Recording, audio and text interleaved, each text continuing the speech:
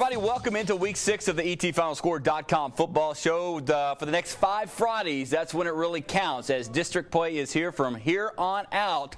We'll check in on that huge Tatum and White Oak game coming up, as well as check in with all the Tyler Paper sports reporters calling in from their respective games tonight. Nobody does it like what we do here at ET Final Score. You can be a part of the show by simply getting on Twitter. If you've got scores, just go to @ETFinalScore to send your stats, score, tweet, comment, whatever you want to do. You can also shoot us a text at 903-216-7290. Well, entering into the night, both Tatum and White Oak had perfect 5-0 records. Tatum has the history of being the dominant team in this conference, of course. But this could be a special year for the Roughnecks. They've been outstanding so far. To Eagle Stadium we go. Tough environment as always to play. And I tell you what, White Oak has some trouble here on the opening kickoff. As we keep it here, it's going to bounce. That's not what you want to happen. Tatum's gets the ball back, and that would be a Jalen Shands touchdown. And how about the momentum right here? 7-0 Tatum with the lead. Now, White Oak would fight back. They always do. Riley Lakin is going to get the ball here, and he's going to get a nice little run here, shifting it up the middle. Great job. Gets pulled down, but that was a nice little run right there. Then we're going to get Lakin, going to get it again, and, hey, giving the ball for the score. We are tied at 7. White Oak, good job of coming back. And then Dylan Gale going to try and do something you should not do. Do not throw it towards Clifton Willis. The guy is one of the best corners in all of Texas. Double digits in interceptions already this year. Tatum not able to capitalize on the scoreboard. Then Dylan Gale says, try to intercept that one to Gabe Michael, 91 yards. How about that? White Oak takes the lead, 14-7. Now it's 21-7, and Tatum needs to get something going. Chaston Brooks, look at this guy. All kinds of blockers in front of him. He crosses the goal line, 21-14. And then Tatum's Jalen Shands. Boy, he is just an explosive kind of football player. Right up the gut. Forget about it. We're tied at 21 at half.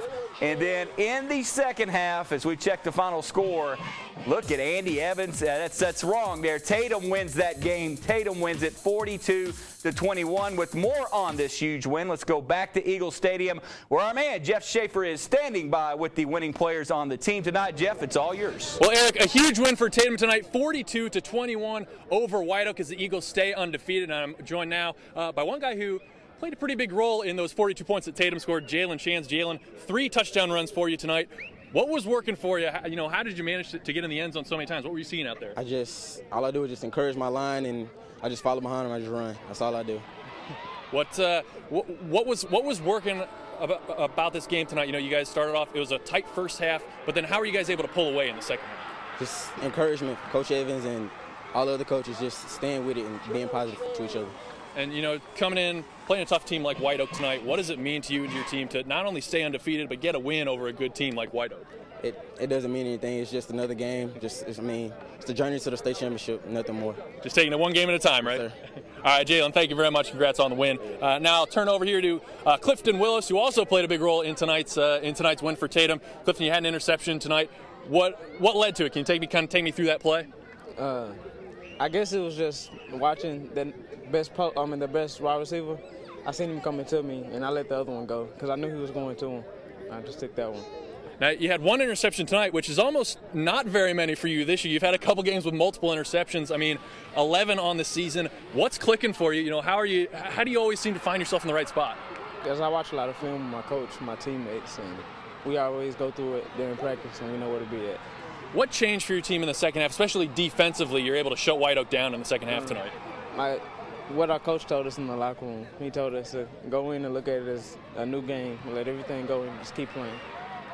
All right, well, it certainly worked. And Clifton, thank you very much for joining us. Congrats on the win. So, Eric, huge win for Tatum tonight. The Eagles stay unbeaten, and a big effort on defense and on offense for the Eagles as they take down White Oak tonight. All right, thank you, Jeff. Great job there. Let's pop it up one more time. There's the correct version. Big win for Tatum. They take control of the district, but White Oak will be threatening in this one, 42-21. Your final score. All right, here's a scary, Longview rather, 69 points. That's a pretty scary thought, too. That's how good their offense is lately. That was a big win over Mesquite. Now they've had a week off, and Coach King and company on the road at Rockwall Heath looking for district win number 2, and they get it, 42-10. I tell you what, Mr. Walter Chumley and company rolling along there, getting the big win at Rockwall Heath. Lufkin Panthers, that's going to be a game tomorrow. The Pack, boy, they are struggling right now. They need to get it going, as the Woodlands will be a good game on the road there. Here's another scary thought. The White House Wildcats fresh and rested. Well, that was what Lindale was facing tonight. White House ranked third in Class 4A, averaging an incredible 56 points per game. As we go to Eagle Stadium for the highlights, there's the Wildcats, and the Eagles were fired up early on in this one. Patrick Mahomes running around a lot tonight, but look at the big shot by Landon right there. And I love Coach Mike Mannerman. This guy is Mr. Intensity, but number 5, he'll break your heart every single time. Goes right, comes back left. What a huge gain right there. That would keep the drive alive and get them in scoring, striking distance. And look at the quick throw. Jalen Dews, we've seen that combination all year long. 7-0 White House with the lead. Check out Coach Adam Cook getting tricky here. This is Colby Cram, little shifty, shaky, sneaky move, and it worked on the onside kick. And look at Colby there, the little guy getting in there to make the help get the ball back. And how about Vincent Dunning? We don't give this young man enough credit. Big run there. He would score a couple of plays later. It's 14-0. And here we go. Look at the arm by Patrick Mahomes Jr. What a catch right there by the play right there by Mr. Jake Parker. The flag was thrown, double flags. In fact, there were 16 flags in the first quarter alone. This is not a replay, and that is not an incompletion. Incredible catch by my man, Jake Parker, 14-0. Back comes Nate Walters. That's Walters trying to get it going. He finds Tate Coomer. Big play over the middle to keep the drive alive. But, well, I love the Lindale band. Don't they love their football there? But Mr. Walters, oh, there he is. Reggie Long, he's going to be playing D1 football someday. Stops him cold, and this one just now ending. Final score 63-7. As I mentioned, around 30 yellow flags thrown tonight. And with more on how this game wrapped up, we go to Shane Stark, our man from the Tyler Paper and etfinalscore.com website. Shane, you're going to get to bed late tonight simply because of so many penalties. And I think what I saw out there tonight needs to be better sportsmanship than we saw tonight, right? Yeah, these teams, they got real heated there in the second half. They had multiple, personal foul penalties. I think a lot of times when a team gets up as big as White House did, the team, both teams just get kind of emotional. The one that's winning, they get confident. The one that's losing, obviously doesn't like that at all.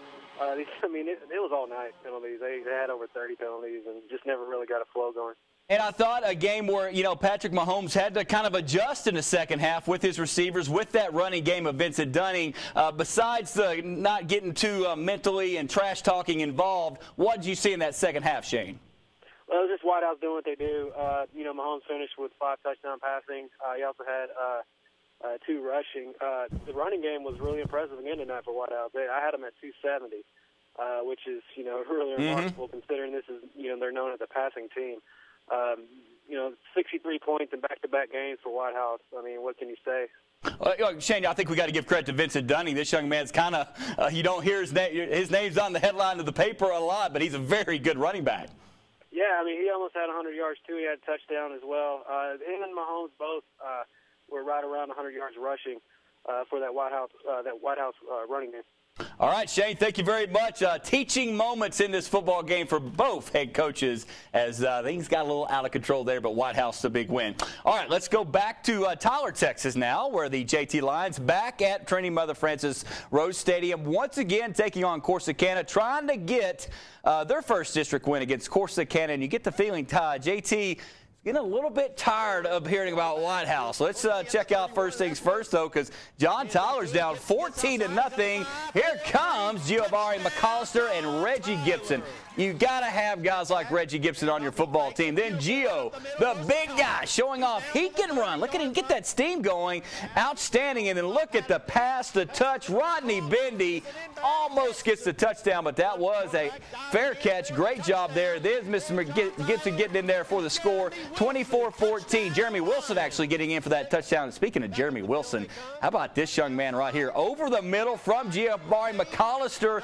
This is Reggie Gibson making another outstanding catch out of the backfield. This guy is like LaDainian Tomlinson. He can do it all. It would be 14-24 at the half. JT with the lead. Third quarter, Gio says, let's put it to bed. And there's his man, Jeremy Wilson, wide open.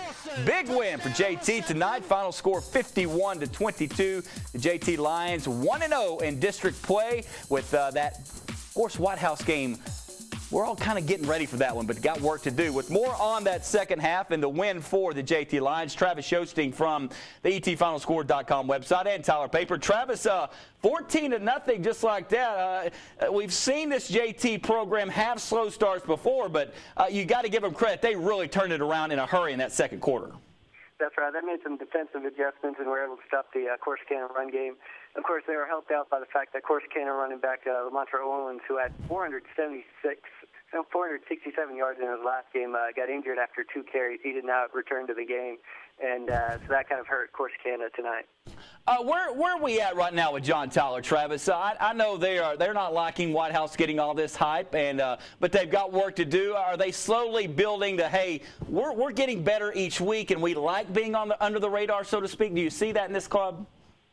Right. Well, their mentality right now is they're defending champs. They're basically saying that, hey, White House has to come take it from us, and they're comfortable with where they're at and where their team is. They know they have to get better, but they're in their opinion in the driver's seat.